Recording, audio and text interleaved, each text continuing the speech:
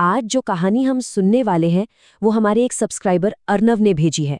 ये उनके साथ घटी एक सच्ची घटना है और सच कहूं तो रोंगटे खड़े कर देने वाली। ये बात है असम के वेस्ट कार्बी आंगलोंग की। तो चलिए बिना देर किए सीधे कहानी में उतरते हैं। कभी सोचा है कि घर जाने का कोई शॉर्टकट छोटा होने के बजाय जानलेवा भी हो सकता है? मतलब एक रास्ता जो वक्त बचाने के लिए लिया जाए पर वो वक्त नहीं, कुछ और ही छीन ले। बस यही सवाल इस पूरी कहानी की जड़ है। तो कहानी की सेटिंग है असम का वेस्ट कार्बी आंगलोंग, एक ऐसा जिला जो अपने पहाड़ों के लिए जाना जाता है। और हमारे मेन कैरेक्टर हैं अर्नव, जो 9वीं क्लास में पढ़ते हैं। बात है जून 2024 की, मतलब बिल्कुल ताज़ा घटना है। गर्मियों की छुट्टियां बस शुरू ही होने वाली थी। अब देखिए, अर्नव के घर जाने के 2 रास्ते थे। पहला तो था मेन रोड, लंबा सीधा एकदम सेफ, वही रास्ता जिससे स्कूल बस रोज आती जाती थी। और दूसरा था चर्च रोड, एक छोटा जंगल जैसा शॉर्टकट। और आपको तो पता ही है, बच्चों के बीच ऐसी जगहों को लेकर एक अलग ही क्यूरियोसिटी रहती है।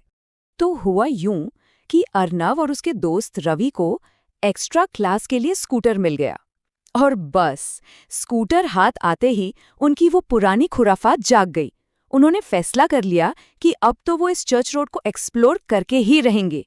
देखना था कि आखिर ऐसा क्या है उस रास्ते पर। और फिर वो दिन आया 2 जुलाई। अर्नव और रवि ने पहली बार चर्च रोड से जाने का फैसला किया। और पता है क्या, सब कुछ एकदम नॉर्मल था। रास्ता वाकई में छोटा था। इसके बाद तो ये उनका रूटीन सा बन गया। कई बार वो उस रास्ते से गए और धीरे धीरे जो एक अनजाना सा डर था ना, वो में खत्म हो गया। आदत सी हो गई थी। लेकिन फिर आई 21 जुलाई, वो तारीख जिसने सब कुछ बदल दिया।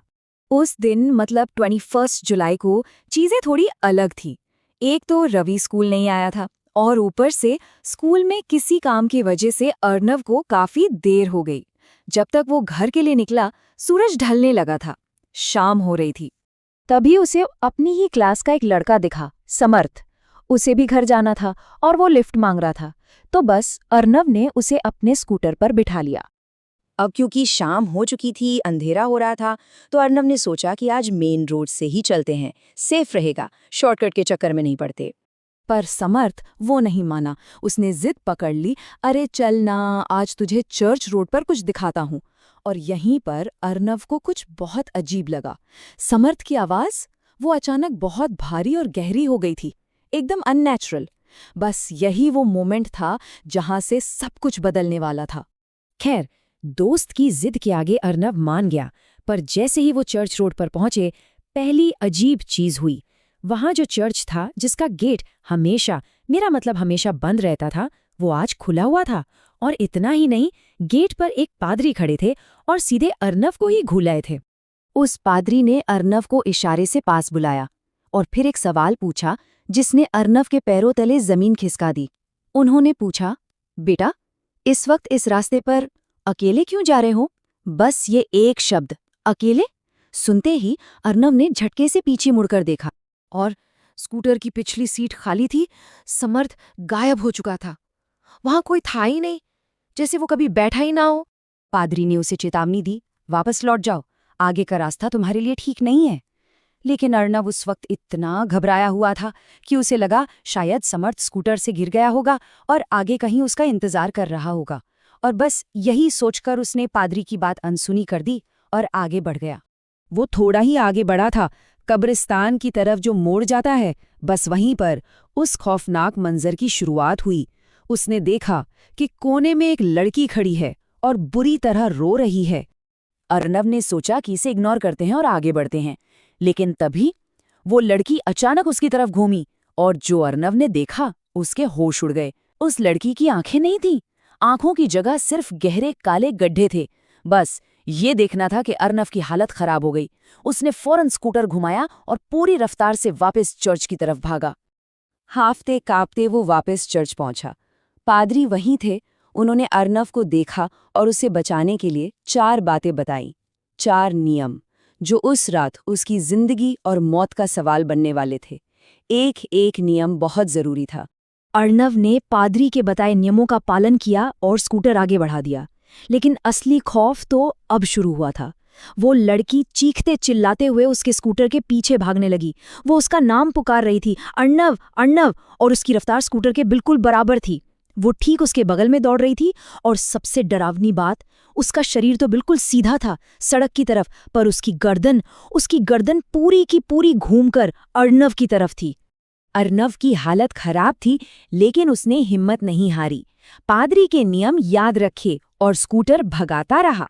और फिर जैसे ही वो अपने गांव से करीब 200 मीटर पहले एक छोटे से मंदिर के पास पहुंचा, वो साया अचानक हवा में गायब हो गया। किसी तरह जान बचाकर वो घर तो पहुंच गया, लेकिन कहानी का ट्विस्ट अभी बाकी था। अगले दिन स्कूल में जब अर्णव ने असली समर्थ से पूछा, भाई तू कल कहाँ गायब हो गया था, तो समर्थ का जवाब सुनकर अर्णव के होश उड़ गए। समर्थ ने कहा, क्या बात कर रहा है, मैं तो कल स्कूल आया ही नहीं था। अब ये सब क्या था, ये समझने के लिए अर्णव और रवि ने इलाके की एक पुरानी महिला से बात की। तब जाकर उन्हें उस लड़की की कहानी पता चली। उस महिला ने बताया कि सालों पहले कुछ आतंकवादियों ने एक बाप बेटी को मार दिया था। उस लड़की का अंतिम संस्कार भी ठीक से नहीं हो पाया, और तब से उसकी आत्मा उसी सड़क पर भटकती है, खासकर बाहर के लोगों को अपना निशाना बनाती है। तो अब सवाल ये उठता है कि अगर असली समर्थ उस दिन स्कूल आया ही नहीं था, तो फिर अर्णव के स्कूटर पर वो कौन था? कौन था वो जिसकी आवाज इतनी भारी थी, जो उसे जबरदस्ती उस डरावने रास्ते पर ले गया और फिर अचानक गायब हो गया? चलो, लड़की वाली पहेली तो सुलझ गई, लेकिन एक और सवाल था जो अर्णव को परेशान कर रहा था, वो पादरी।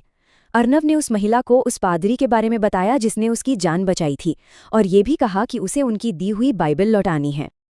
लेकिन उस महिला का जवाब, वो इस कहानी का सबसे बड़ा और आखिरी शौक था। महिला ने कहा, बेटा क्या बात कर रहे हो, वो चर्च तो पिछले 2 साल से बंद पड़ा है, वहां कोई पादरी वादरी नहीं रहता। ये सुनते अर्णव के तो जैसे होश ही उड़ गए।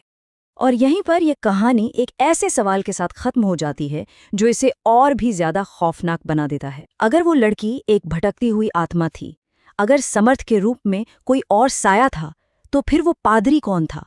कौन या क्या था वो जिसने अर्णव की जान बचाई? कोई फरिश्ता या कुछ और?